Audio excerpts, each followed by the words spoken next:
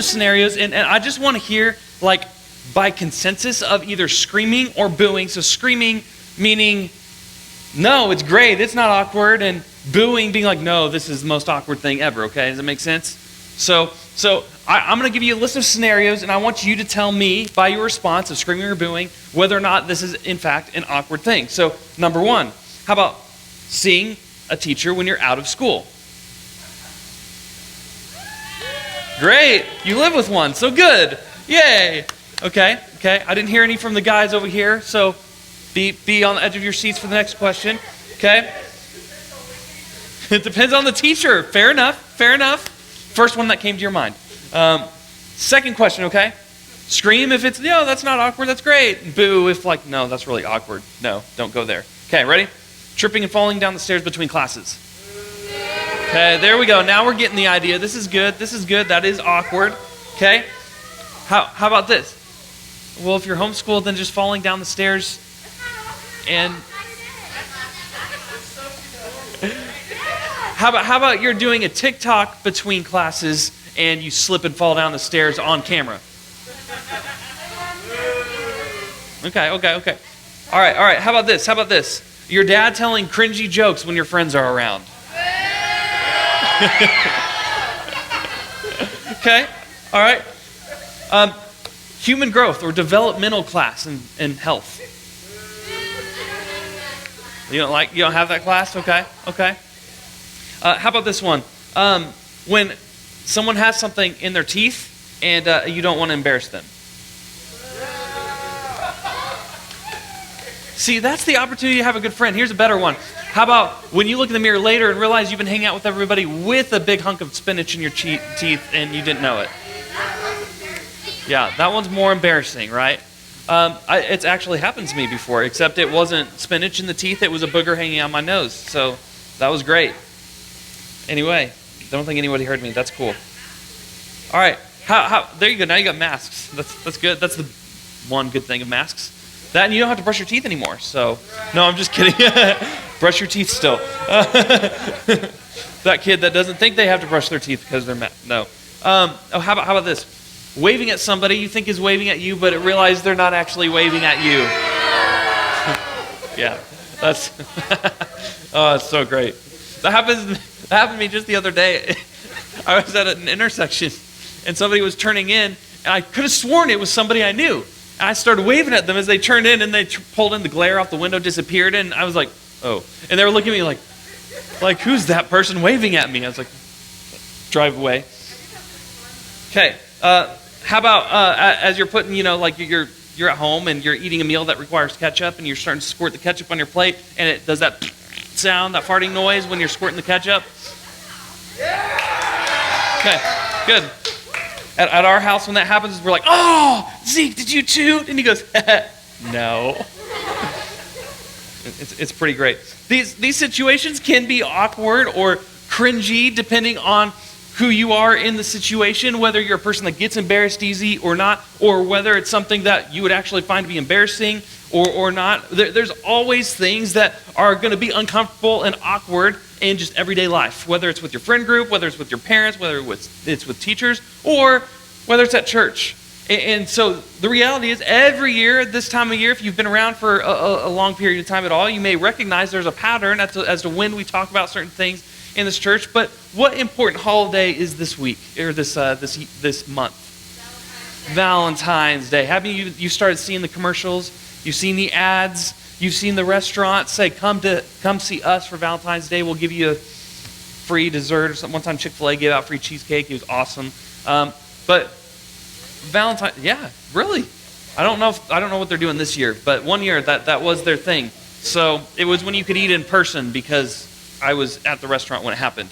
But Valentine's Day. And so this time of year, there's a lot of messages that go out about what love is, what dating should look like, what you need to be happy, your better half. And there's lots of talk. And as you get older, that talk turns into sometimes more sexually related things. And so as a church, this time of year, every year, we take a month or we take a 3-week series and we step outside of what we usually talk about to talk about something that is the conversation of the culture during this time. And as a church, we feel strongly about this because The reality is everybody else is talking about it. Your schools talk about it, most of you. It's talked about. You've got older siblings. If you're in the locker room at any time, if you're wherever you're at, if you're watching TV, if you're listening to music, odds are you're hearing about it. It's being talked about. And so as a church, it would be irresponsible for us not to actually talk about the way God intended some of these things to work.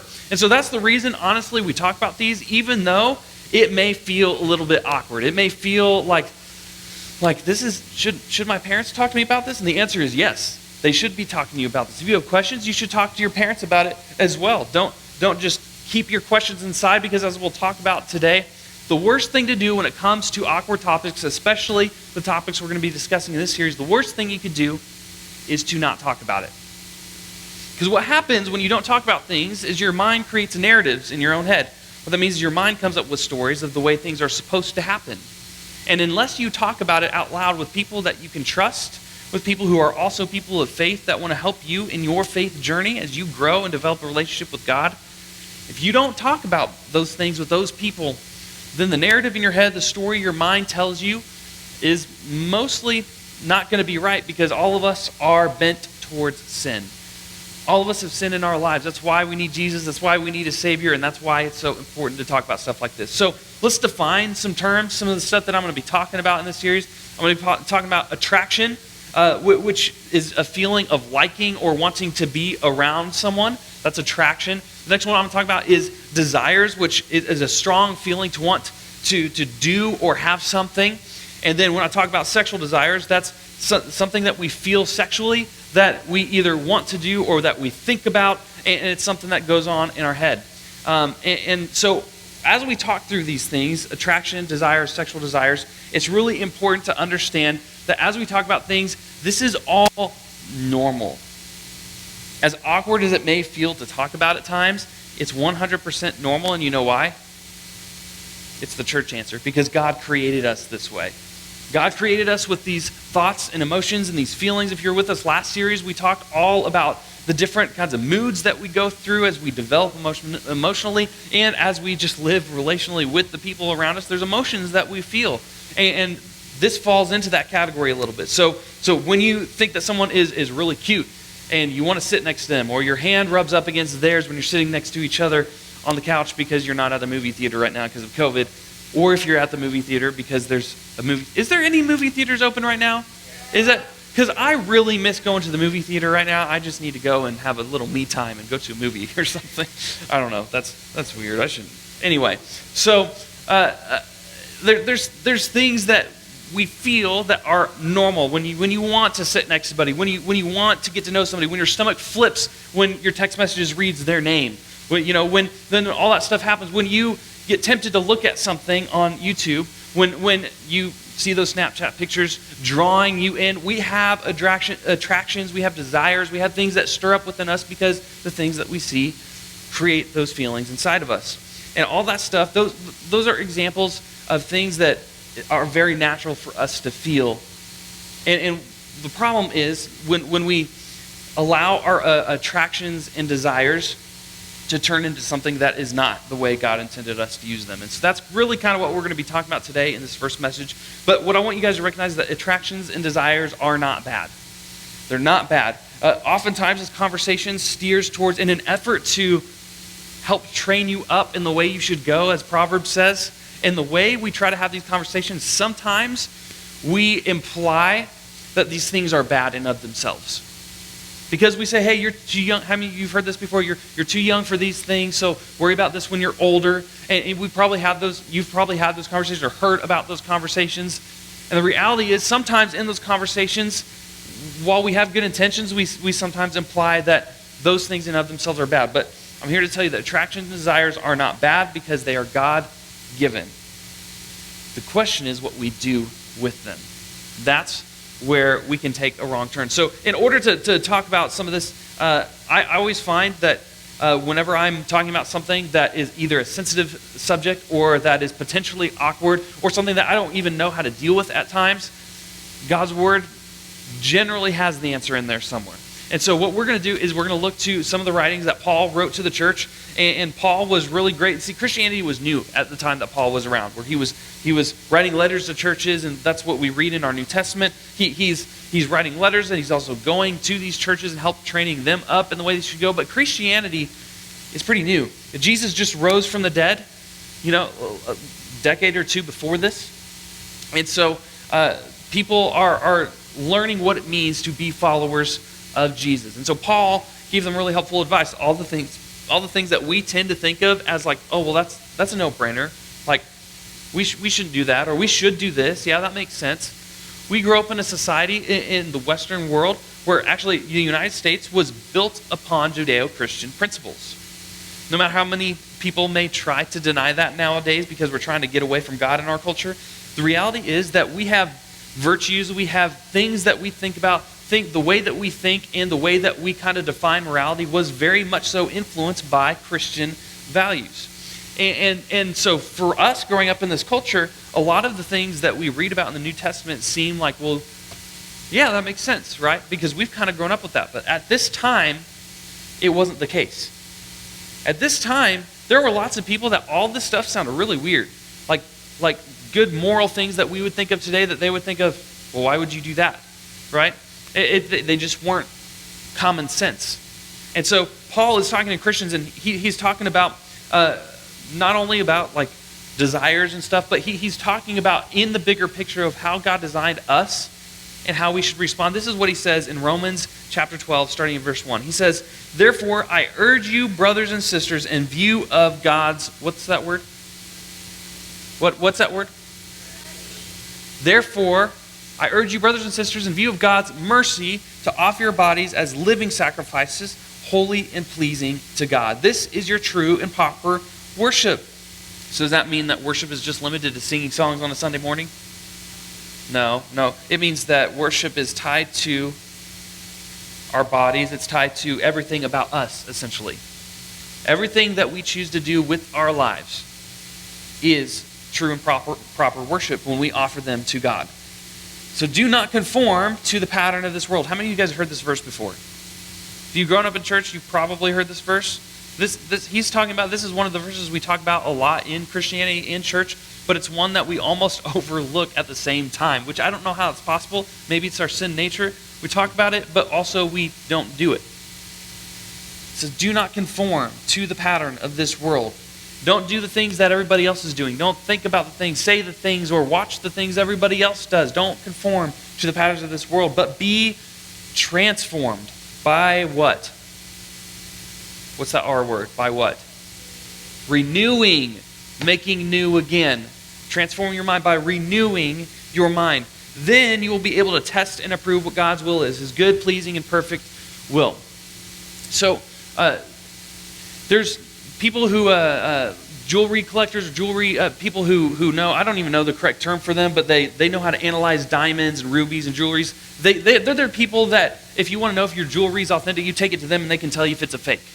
You guys know kind of what I'm talking about? I forget the job title that these people have, but their whole job is about, testing diamonds, rubies, gems, and seeing if they are real or fake.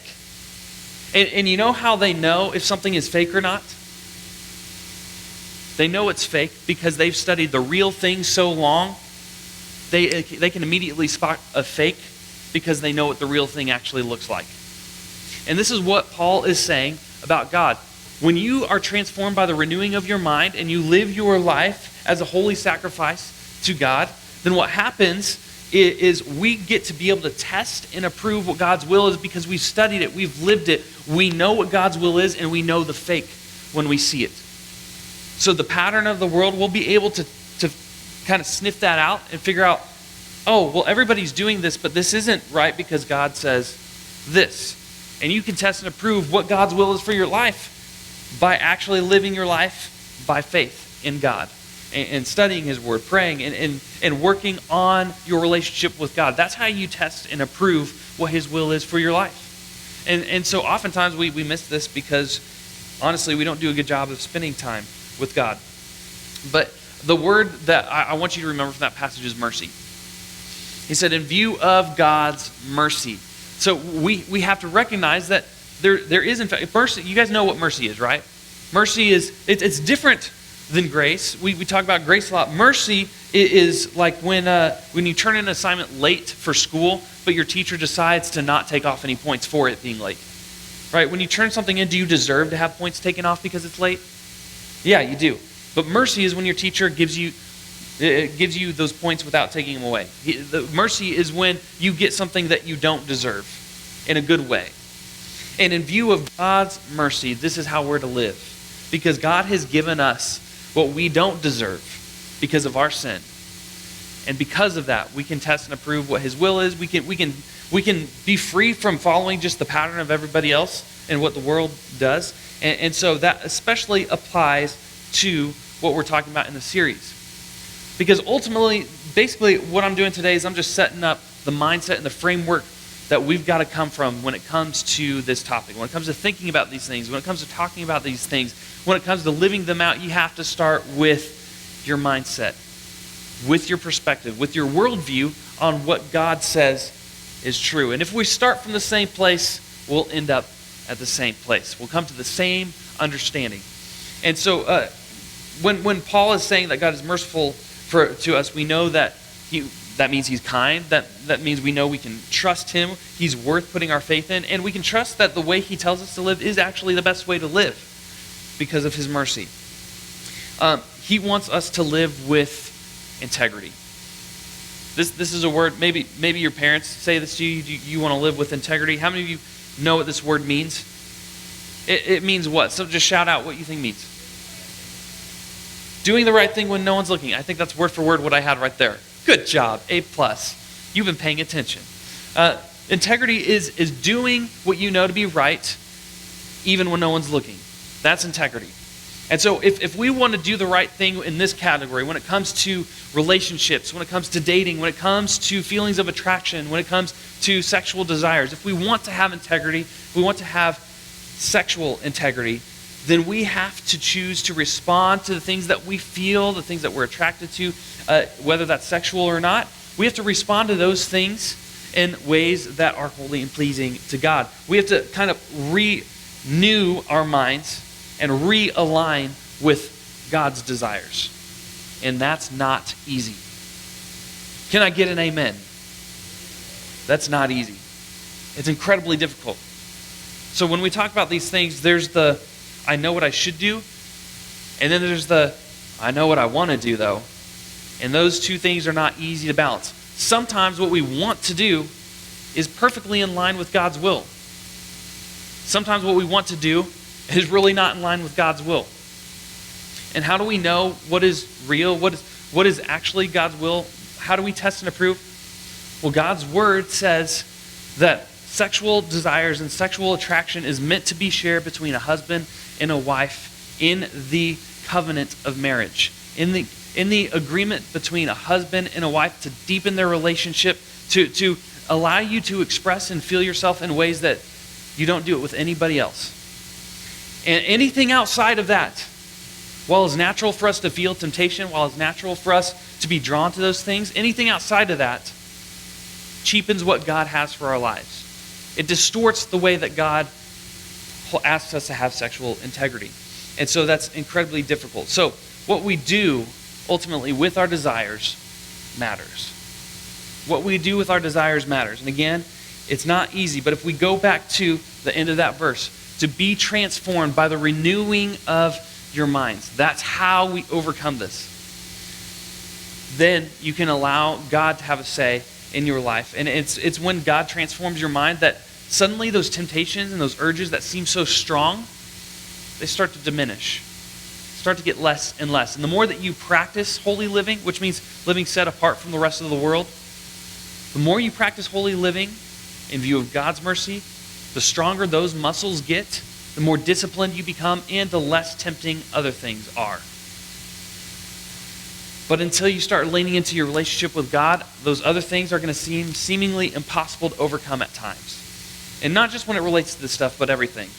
And so what you do with your desires does in fact matter. So a couple practical things that you guys can do when it comes to, number one, choosing sexual integrity. Remember that this is choosing to respond, the attractions, the desires, the things that we feel. It means responding to those things in a way that respects ourselves, respects others, and respects God. When we do those things and we bring our desires into the conversation that we have with God, and we talk about it, we don't just let our minds come up with the narrative of what we want to do. When we bring those things to life, that is choosing sexual integrity. Maybe you found yourself in situations that you didn't ask for. Maybe somebody at school showed you their screen, and now that image is in your head and you can't get it out. Maybe something happened to you and it was not your desire. Tell you what, that's not on you. What other people do to you or show you or talk about around you is not on you. That does not violate your own sexual integrity. You can still have sexual integrity even if something bad has been done to you. And so I don't ever want you to feel like, oh, well, somebody robbed me of my innocence. Somebody showed me something that I didn't want to see. Maybe somebody did something to me that I didn't want to do. And maybe you feel like that cheapens your opportunities for sexual integrity, and I'm here to tell you it doesn't. Those choices are not on you.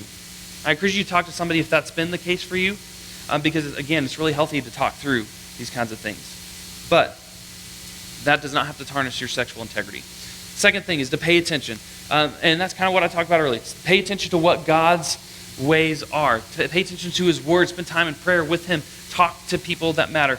And that's the third one. Talk about sexual desires in a positive and appropriate way with the adults that you trust.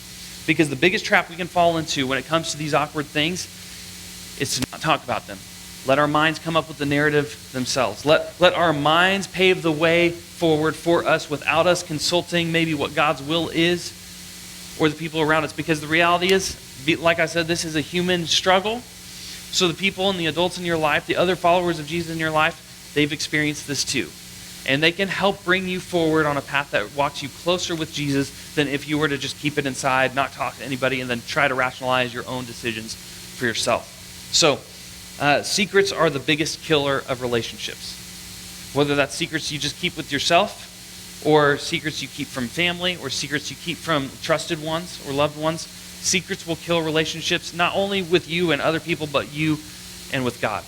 So, as you guys get ready to go into small groups, I want you to think about what's one area of your life where you can honor yourself, others, and God with your desires. What's one area of your life? Think about that. I'm going to pray for you, and then we'll be dismissed into our small groups.